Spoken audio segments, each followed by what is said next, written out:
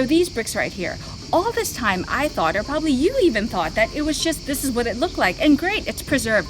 But did you know that what made it revolutionary is that with the use of cement and bricks, it was used as an inner foundation.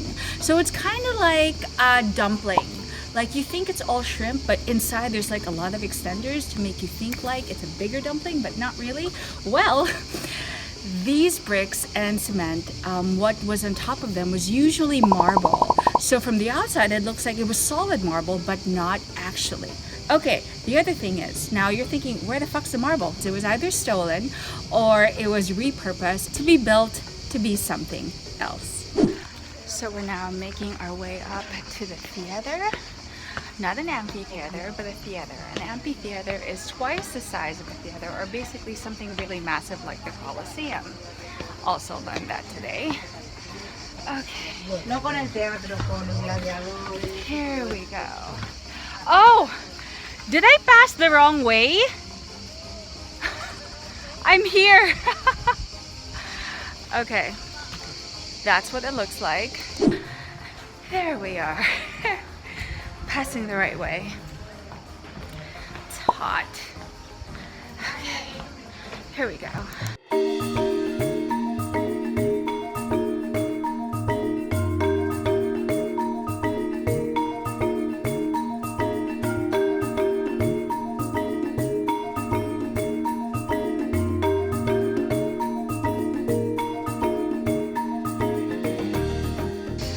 This area over here, you see all those mosaics right there.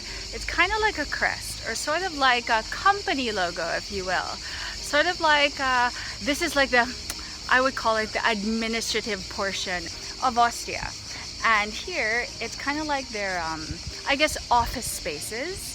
And on the floor, the mosaic is sort of like a symbol to represent exactly what trade, or to help you, to make it easier for you to find, like, oh, I'm looking to buy, let's say, ivory. I'm looking to buy fish. I'm looking to buy so on and so forth.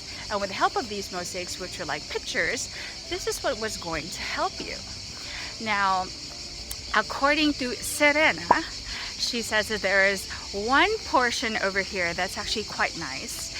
Just to show you how amazing Ostia is. Here we go. Now, if you can see this mosaic right here, I'm going to do a better close-up. Even from upside down, you can already tell what animal that is. It's actually an elephant. No, it's not a dog. It's an elephant. So it just goes to show you the kind of vast trading that they were doing back in the ancient times, and they would do trading here in Ostia.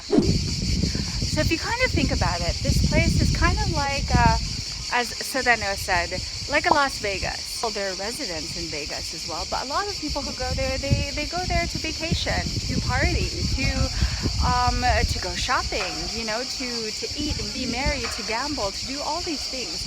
And Vegas is one of the party capitals of the world, and it's a very quite famous destination. So Ostia was the same thing, where it was basically, I mean, if you look, there's a Colosseum like right behind, or there's a theater right behind you. That was for entertainment, that was for shows. And then here there's shopping, and then of course there's the spa, which we're going to be seeing in just a bit. Now, apart from the ruins that you see, you know, it's old and new. So there's actually a lot of or not a lot, but a couple of contemporary art pieces or installations that you see that are all around Ostia. Like earlier, there was a rat, and then in the beginning, there was a big cat. So cat, rat, robots, different figures. I guess just a play of the scenery just a bit. Okay, so this building right over here, showing you a close-up of that inside, is basically, you know, people also came here to do their laundry. I mean, who likes doing their laundry? Nobody likes to do their laundry.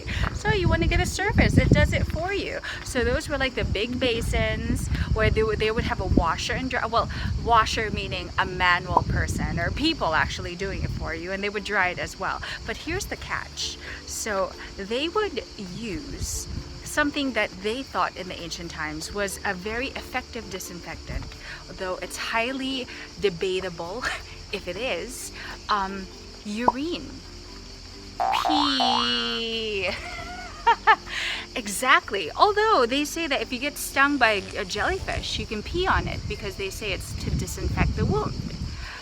Or they say like you get stranded in a forest or on the mountains, and they say you can drink your urine because they say it's pretty much, it's salt with a bad smell. Just to let you know, we don't do that anymore. Thank you for that, Serena. Absolutely. So yes, they use urine for that. Nasty.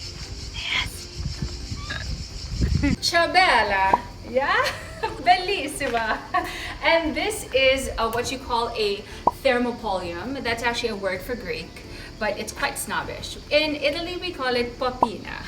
And it's basically a fast food. So the tourists, they would come here and they would order food. It would be really quick, you know, kind of like Vegas. You know, you're getting your food, it's fast, good servings. And of course, speaking of servings, this is a vase for olives. So, you know, usually, traditionally, even until today, you always have olives to like pair it with your cocktails. So, now, what if, for example, since there are a lot of tourists that came here, and language can be a barrier, so, you know, you would have, like, let's say, this is a legit painting from back then. So you kind of know what you're getting. There's the food, there's the platter and whatnot, and what looks like a bookcase, you kind of, like, know when you go to Japan, and, you know, it's kind of hard to understand exactly what the menu is because even their letters are different. So they have like the fake dishes or like ready dishes. So you exactly know what you're going to get. And you can just point, this is what I want, this is what I want. And that is what you call a popina.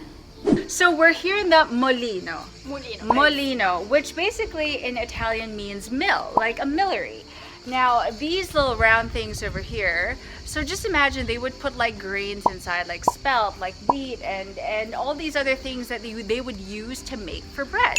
And then the people who are working here would put the grains, and then there were animals like carabaos, horses, just not dogs, that's for sure. And they're like going around, churning and churning and churning. And then apart from this, there would also be like a bakery. You know, you would buy your bread. So it's kind of like a bakery slash millery mill in one. Yes? Yeah. Fantastico. Perfecto. To kind of get to see how big the city is, there's actually a stairway that makes you see the city from the top. It's actually quite big. Now, it's not so big that you have all this space. So it's kind of like modern day right now, where when you go to a city, a lot of high rises because space is precious. So when you think of the rich like coming here, the rich didn't actually live in villas, which is what we represent right now as having your own vacation villa. No, they would live in like a condo complexes because, like I said, space is precious. And if I get it right, let's move right over here. Ooh.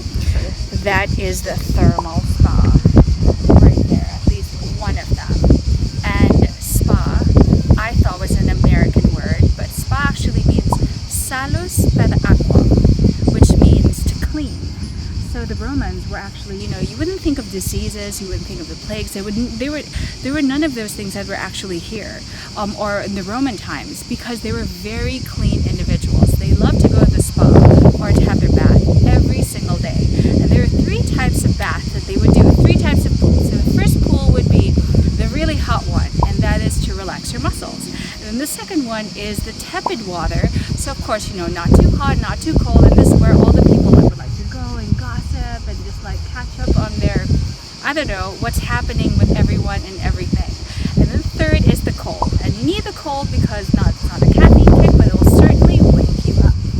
So if you can imagine, this was actually a super huge archway that was always used in when you enter a city.